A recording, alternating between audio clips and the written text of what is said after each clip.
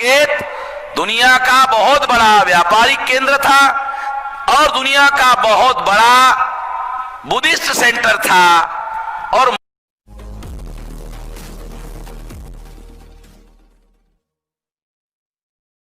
रामायण का राम कोई और नहीं था, पुष्यमित्र शुंग ही था। साकेत दुनिया का बहुत बड़ा व्यापारिक केंद्र था और दुनिया का बहुत बड़ा बुद्धिस्ट सेंटर था और मूल निवासियों के बहुत बड़े आस्था का केंद्र था। वहां पर उन्होंने अयोध्या कैपिटल बसाया।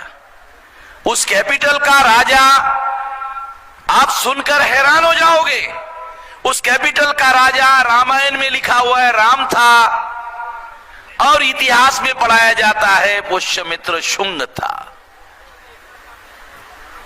कुछ समझ में आ रहा है? इतिहास उत्तर प्रदेश में पढ़ाया जाता है, उस इतिहास में लिखा हुआ है अयोध्या का राजा पुष्यमित्र शुंग था, इतने पीरियड से इतने पीरियड तक था।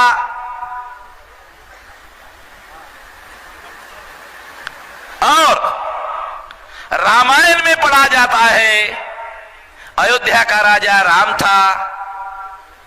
तो अयोध्या का राजा राम था, ये ऐसा कॉम्बिनेशन कैसे बना? तो महापंडित राहुल सांकृत्यायन, जो आजमगढ़ का केदारनाथ पांडे नाम का ब्राह्मण है, उसने वोल्गा से गंगा नाम का किताब लिखा। उस किताब में उन्होंने लिखा कि पुष्यमित्र शुंग के दरबार में वाल्मीकि राजकवि थे और पुष्यमित्र शुंग को सामने रखकर उसने रामायण लिखी। रामायण का राम कोई और नहीं था, पुष्यमित्र शुंग ही था। दो बातें बता रहा हूं आप लोगों को। एक, मैंने पहले बताया अयोध्या राम जन्मभूमि नहीं है, तो फिर राम कौन है? तो बता रहा हूं राम कौन है। राम कोई और नहीं है, पुष्यमित्र शुंग ही राम है। राम का कोई आर्कियोलॉजिकल एविडेंस आज तक उपलब्ध नहीं हुआ, पुष्यमित्र शुंग का मिल रहा है। आर्कियोलॉजिकल एविडेंस नहीं मिल रहा है। देखो, इसको और डबल एविडेंस से प्रूव करता हूं, एक नहीं, सिंगल एविडेंस नहीं, डबल एविडेंस। राम की पत्नी का नाम रामायण में बताया सीता। तो हमने सोचा चलो यार, राम का आर्कियोलॉजिकल एविडेंस नहीं मिल रहा है, तो उसके पत्नी का अगर मिल जाता तो मान लेते राम हो गए।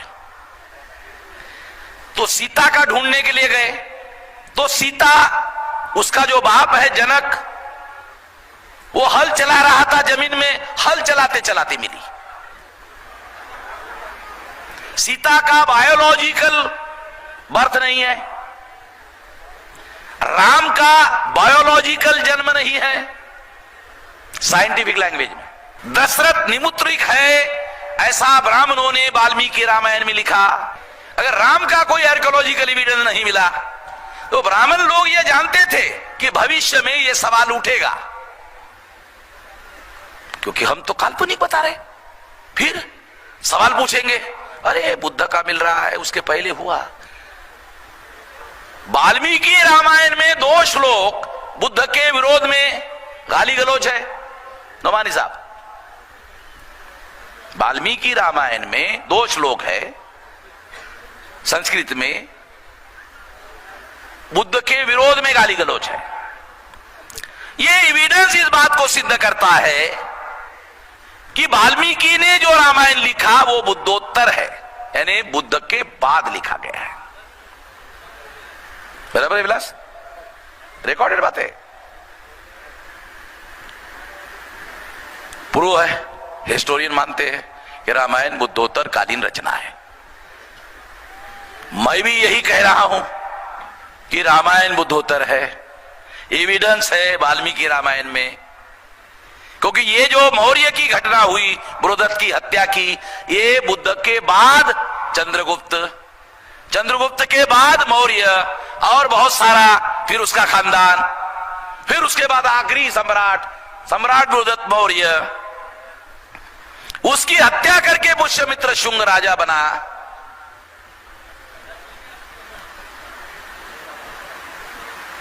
तो ये जो पुष्यमित्र शुंग है, उसके दरबार में वाल्मीकि राजकवि थे। जैसे विक्रमादित्य के दरबार में कालिदास राजकवि थे, वो भी संस्कृत का कवि था। उसने विक्रमादित्य को सामने रख के काव्य लिखा, और वाल्मीकि ने पुष्यमित्र शुंग को सामने रखकर काव्य लिखा। उस काव्य का नाम है रामायण। है बराबर है?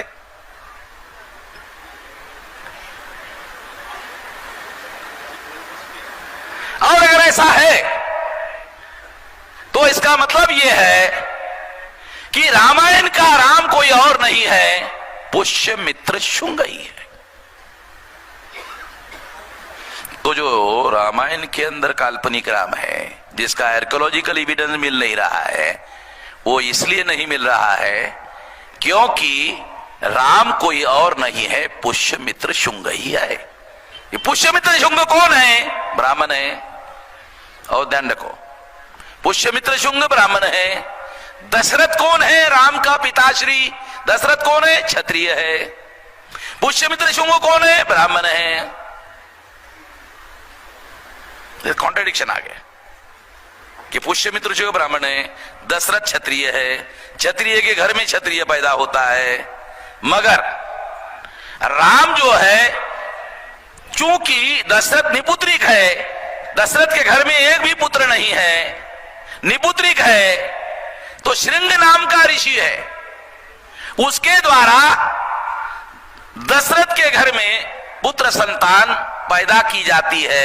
ऐसा वाल्मीकि रामायण में लिखा हुआ है। हमने नहीं लिखा, वाल्मीकि ने लिखा। और वाल्मीकि ने रामायण में लिखा, मैं प्रचेता का 10वां पुत्र हूं, और प्रचेता ब्रह्मा का पुत्र है। और ब्रह्मा का मतलब है, ये कह सकता है, वाल्मीकि के कहने का मतलब है, मैं लुंगे सुंगे ब्राह्मण के खानदान का आदमी नहीं हूं, डायरेक्ट ब्रह्मा के खानदान का हूं। ये रामायण में लिखा हुआ है, विलास है ना? रामायण में लिखी बात बोल रहा हूं, अपनी बात नहीं बोल रहा हूं। मैं ऐसे लुंगे संगे ब्राह्मण के घर का पैदा हुआ नहीं हूं।